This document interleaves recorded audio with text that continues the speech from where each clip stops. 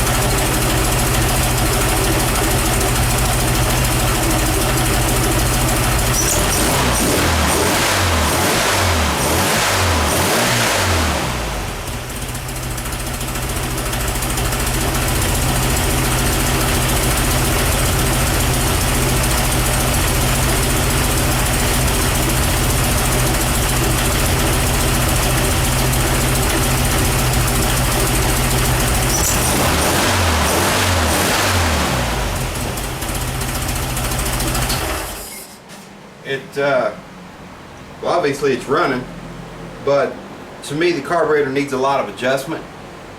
And two, I don't know about, you know, why it is in my area when I get these IDFs, but I always have to jet down a little bit. They always seem to be shipped a little bit rich.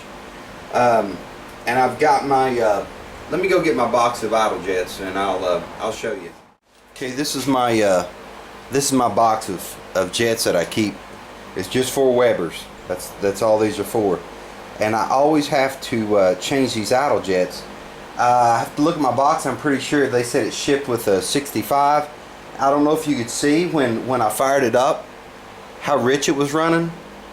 I know a lot of that lopey, you know, it lopes at idle naturally. I've got a angle 110 cam in there, and it's kind of a mild street cam, but it's decent. It's not too rough. It's not a full race cam or anything like that, but a lot of that lopey is from the cam. I understand that, but also it's running way too rich. It's not running right. I do need to let it warm up and everything before I do this, but I'm gonna jet this down. I think it was 65s. I'm gonna put I'm gonna start with 50s, because 50s and 45s where I live, the altitude and everything, these cars run a lot better with that. I think with the top 4 engine that you saw, I think that's got 50s in it. I'm pretty sure, but I got plenty of extra jets here. I need to jet this car. Real easy to do. It's not hard at all to do, but yeah, we'll get into that. I don't know if you can tell how choppy this is. It's running way too rich. I'm gonna let the engine heat up.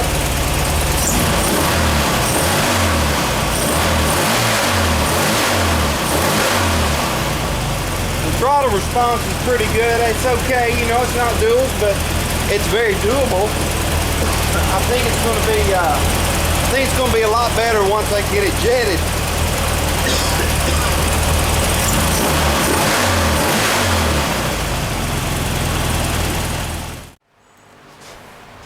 Okay guys, I'll let the engine completely warm up. I tried adjusting the carb by using these. I just turn it in till the engine stumbles a little bit, back it out till it stumbles a little bit, and then turn it in between, you know, those 2 points.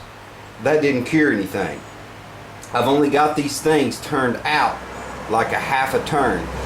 Now, one of the rules of thumb to adjusting these carburetors, these should be, the comfort zone for these is like 1.5 to 1 3/4 turns out. Well, me being only a half a turn out and it's still having trouble running right, tells me that I need to drop this jet size. So I'm going to take these 65s out, put 50s in, and see how it runs. This is typical. Every time I buy one of these carburetors, I have to jet down. For whatever reason, I don't know if it's altitude or whatever, But that's, you know, that's my situation here in Kentucky. So I'm going to try the 50s and see how it runs. I'm going to take the jet holder out here. You got to watch, there's an O-ring here. You got to watch your O-ring.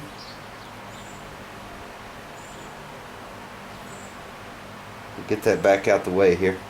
Okay. The jet just pulls out. That is a 50. Looks like a 52. Interesting. But it's been drilled, so they took a 52 and drilled it to a 65. So anyway, we're going to go ahead and take these 65s out, put the 50s in. Okay guys, I got my 50 here. I'm going to put it in the jet holder. I'm going to go ahead and stick it in here. Then we'll do the other side.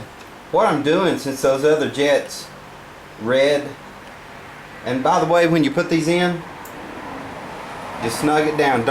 You don't have to strong arm these things. You'll damage the seat and the jet.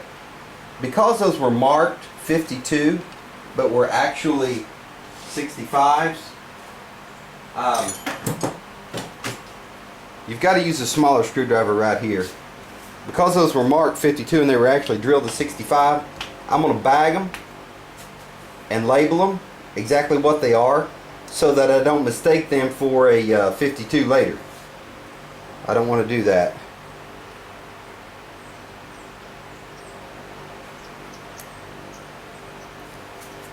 Alright, we'll get the 50 in this guy. Guys, with all the jetting done, let's fire it up, see how she runs.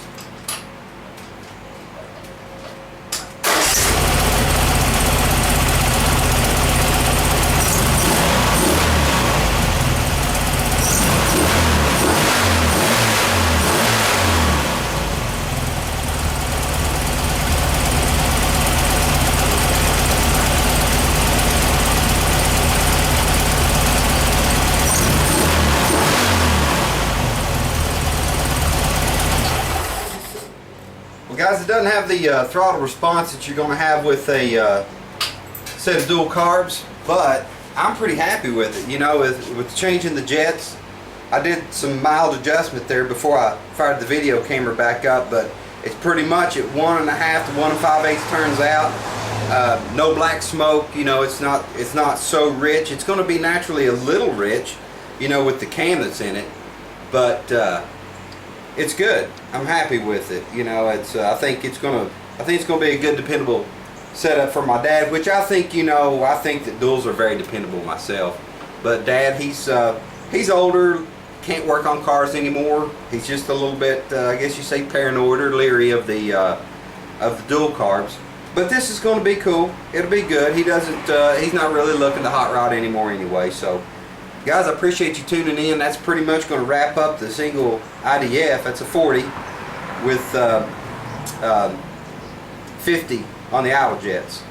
So I'm pretty happy with it. I've got some other things to do. I need to put a set of valve covers on it. He got some empty valve covers he wants for it, and I need to get the crankcase vented, so on and so forth. But anyway, that's it, guys. Thanks for tuning in.